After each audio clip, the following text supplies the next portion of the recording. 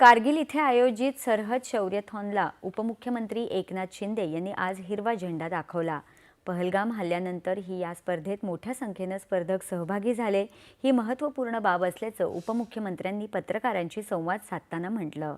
ही शौर्यथॉन म्हणजे कारगिल युद्धात शहीद झालेल्यांना श्रद्धांजली असल्याचं शिंदे यांनी म्हटलं आहे।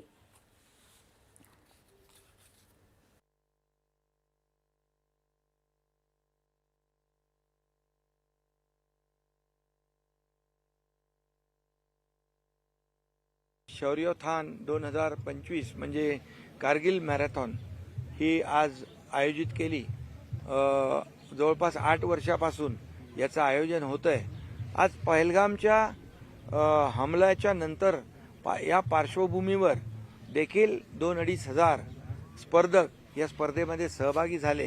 ही मोठी अचीवमेंट आहे आणि म्हणून एक प्रकारे हे जे विजयी कारगिलचा विजय दिवस म्हणून हा साजरा होतो।